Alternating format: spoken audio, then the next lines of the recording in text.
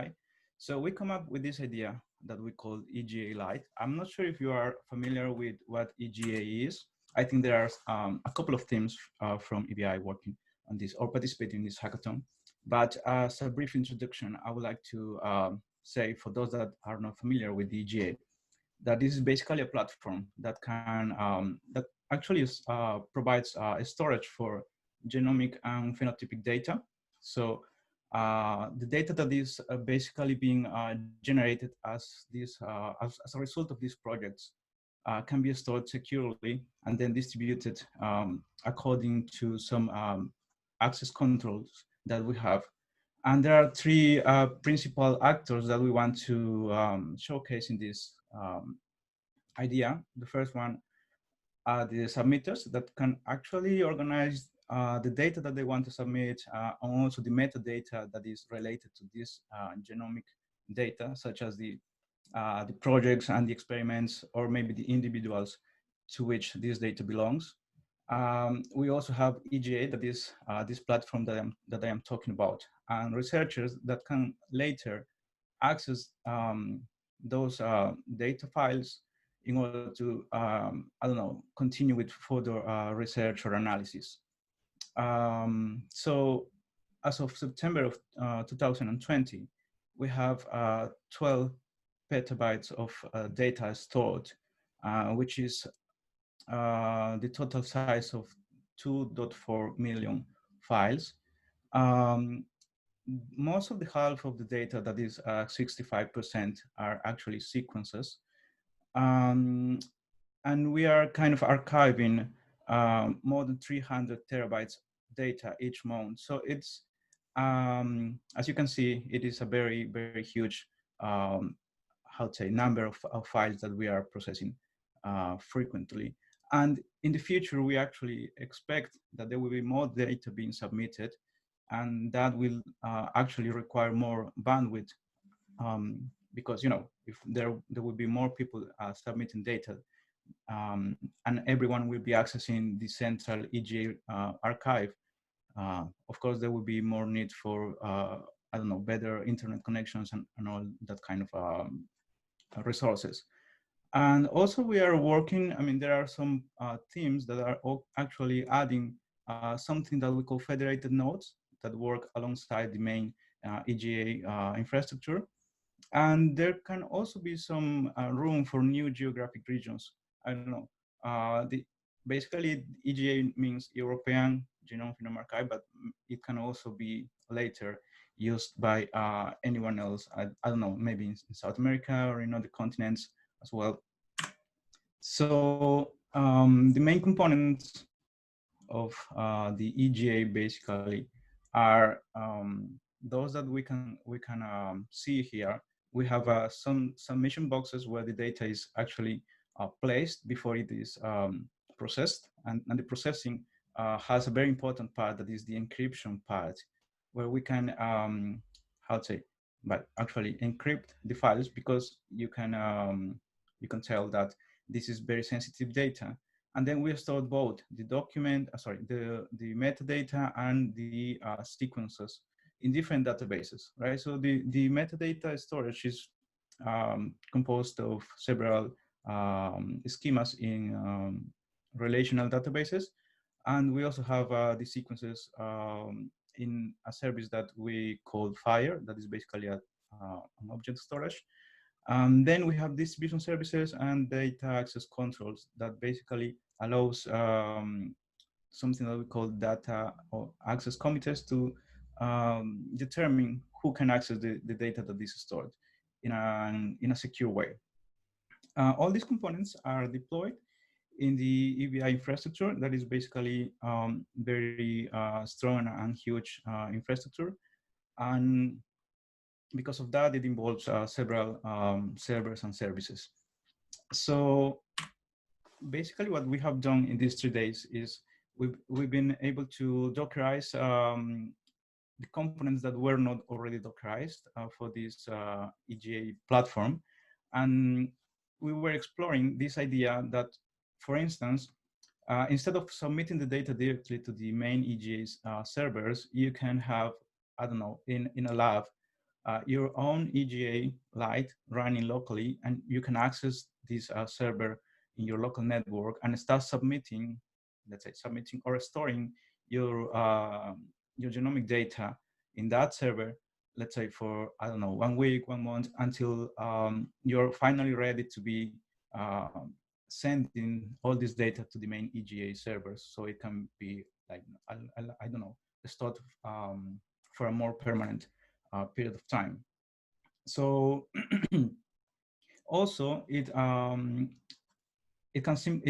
allows us to have this deployment being done very quickly. So right now with this implementation that we have done, it takes only 3 to 5 minutes to be deployed and running. And we were also able to draft some requirements and use cases that the team can take later in order to come up with some more elaborated roadmap. Because as I said, this can be very useful for teams that for some reason may not have the possibility to access directly to the EGA main servers. So we are actually distributing the EGA as part of this experiment. And we were able to implement new testing scenarios because we were basically forced to grab all the components and put them together again. And it is, for instance, running in my local computer right now. I can do a complete ingestion of a sequence, and it will be encrypted, and it can be sent to the main EGA without the need to use like all the components that we have in those servers. And also we were able to find some bugs as part of this experiment. So that's something very interesting that I think our team will like when we discuss this internally. And as I said, the benefits are, for instance, that we can have something like a draft workspace for teams that don't want or can't connect to the main EGA servers for any particular reason. Also, as the encryption, that is one of the processes that are more complex for us, is being done now in the local servers, we can have our infrastructure with some, or with a bit less of load. And as I said, the deployment is quite easy right now. We also added some components that can help this EGA Lite server to be, how to say, more easy to use. So for instance, we have a local file explorer where we can see the files that have been processed locally. We added some monitoring tools, let's say, to see the Kafka topics and all that stuff, and everything is packed in this Dockerized composer file. And we expect to continue exploring and formalizing this idea, and maybe sometime later it can become like production ready. And of course, having some feedback from people here, maybe if you find that this kind of things can be useful, can be also something very interesting for us, because in our team, we're basically always trying to find some ways to improve the current functionality that the EGA has, as we consider it's a very important resource for the scientific community right now when it comes to storing and sharing genomic data. So that's all.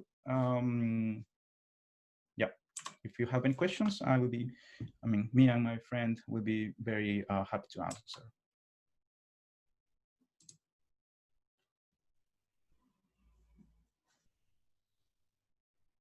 Well, I do have a question about this. First of all, Emilio, you are working on a very nice project. Genomics is very data heavy. You can say resource hungry even. I would like to know if this project is open source, and like what kind of contributions other people can make, because like what kind of contributions other people can make, and more importantly, how can they make it? Because what I can infer so far is that the infrastructure and the design of your system is quite deeply integrated with the server setup, with the kind of infrastructure you have in-house, right? So Yes. first of all, is this open source? Second of all, how can anyone contribute to this? Like how easy it is? Yeah. Yeah, sure. Well, the project is not open source, but the EGA is accessible for anybody that wants to use the service. So if anyone is interested, well, you can just create or request an account, and you will be able to access all the service, like in the ingestion service and the distribution services. The contributions can be suggested. Well, that's why we have this kind of spaces where we showcase the ideas that we are uh, exploring, and we also want to have some feedback. That's what I can tell. Understood. Understood. If I Thanks may, for, yeah. one small puntualization to my colleague. The code right now is not open source because this is still hasn't reached what we could consider a complete 1.0.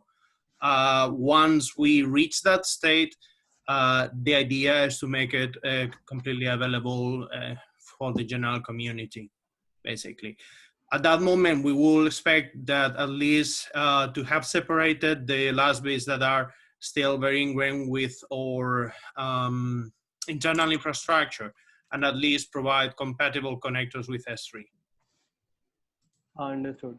Well, that seems like a great plan. Yep. Thanks, Jorge. Yep. Any more